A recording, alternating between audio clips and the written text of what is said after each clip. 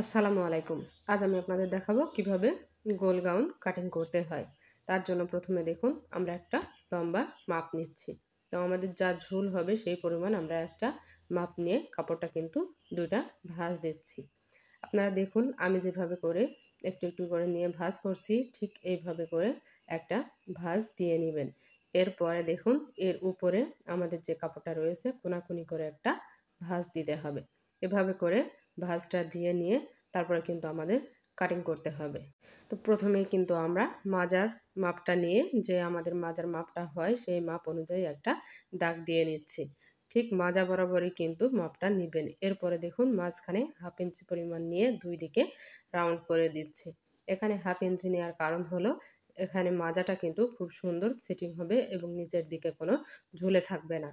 দেখুন আমাদের কিন্তু বডির পার্টটা আলাদা করে কাটতে হয় এবং নিচে ঝুলটা আমাদের আলাদা করে কাটতে হয়। দেখুন আমরা কিন্তু বডির ঝুল অনুযায়ী 15 ইঞ্চি, এখানে আমরা আরও 1/2 ইঞ্চি কম নিয়ে 14.5 ইঞ্চিতে দাগ দিয়ে দেখুন নিচের দিকে নিচ্ছি। তো নিচের দিকে কিন্তু আমাদের ঝুল হচ্ছে 40 ইঞ্চি, আমরা নিচ্ছি কিন্তু 42 ইঞ্চি। তো আমরা দেখুন আমি কিভাবে একটু একটু করে এগিয়ে নিচ্ছি এবং দাগ দিয়ে নিচ্ছি। তো আপনারাও এইভাবে করে ঠিক এদিকেও এগাবেন। দেখুন দুই সাইডেই একটু একটু করে এগিয়ে নেবেন এবং দাগ কাটবেন। আর আমাদের লাস্টে যেটুকু আছে দেখুন এখান থেকে এইটুকু কিন্তু আমাদের অবশ্যই 42 থেকে আরও 1/2 ইঞ্চি কম নিতে হবে। কারণ এখানে যদি আমরা কম না নিই তখন কিন্তু আমাদের নিচের দিকে কোণাটা খুব ঝুলে থাকবে। এজন্য আমাদের অবশ্যই এখানে 42-এর বদলে 41.5 ইঞ্চি নিতে হবে। গোল গাউন কাটার সময় অবশ্যই আমাদের সবসময়ই নিচের পার্টটা আগে কাটিং করে নিতে হবে। এরপরে আমরা কিন্তু উপরের পার্টটা কাটিং করব। এখন আমাদের নিচের দিকে কিন্তু 2টা পার্ট রয়েছে এবং উপরের 2টা পার্ট কিন্তু কম রয়েছে। এজন্য আমরা এভাবে করে দাগ দিয়ে নিয়ে দেখুন এই নিচের দিকে আপনারা হাত দিলে বুঝতে পারবেন যে আমাদের কাপড়টা কতটুকু পরিমাণ রয়েছে।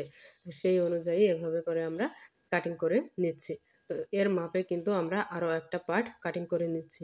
এই কাপড়টা কাটিং করার সময় আপনারা অবশ্যই খেয়াল রাখবেন যে সোজা পিঠের উপরে সোজা পিঠ রাখবেন। তা না হলে কিন্তু 2 পার্টে যখন জোড়া দিতে যাবেন উলটপালট হয়ে যাবে। এখন আমাদের বডিটা কাটিং করব।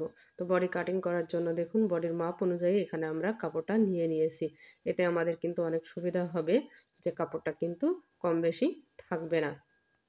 এটা কিন্তু আমাদের কলার দেওয়া জামা, এজন্য অবশ্যই আমরা কলারের যে কামিজ আমরা কাটিং করি ঠিক সেই মাপ অনুযায়ী বডিটা কাটিং করব। এজন্য দেখুন আমাদের এটা কিন্তু ভিউ গলা, এজন্য এখানে আমাদের অবশ্যই 7 ইঞ্চি নিতে হচ্ছে।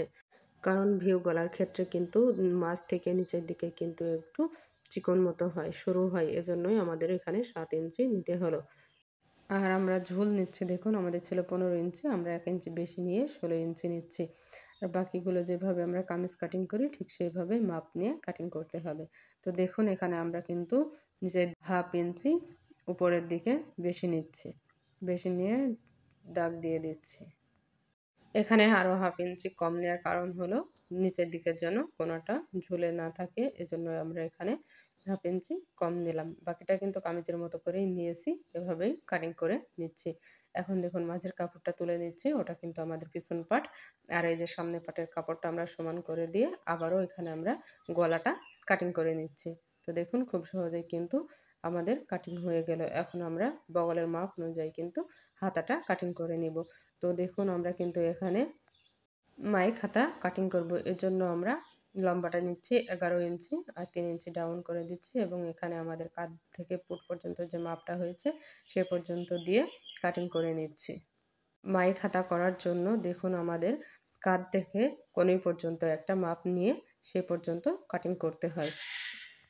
বাকি কাপড় থেকে দেখুন কাপড়টা আমরা কিন্তু 4টা ভাঁজ দিয়ে নিয়েছি এবং এভাবে করে হাতাটা রাখছি। রাখার পরে দেখুন কোণাকুণিভাবে আমরা একটা মাপ নিয়ে নিচ্ছি হাতার মুহুরির মাপ অনুযায়ী। এরপরে দেখুন এখানে আমরা 6 ইঞ্চি করে নিয়ে পুরোটা রাউন্ড করে দিচ্ছি। এই রাউন্ড অনুযায়ী কিন্তু আমরা কাপড়টা কাটিং করব। এখানে কিন্তু কোনো কম বেশি হবে না। মুহুরির কাপড়টা দেখুন আমরা একটু রাউন্ড করে নিচ্ছি যেন শেপটা অনেক সুন্দর হয়, এজন্য এভাবে করে নিয়ে আমরা কাটিং করে নিচ্ছি।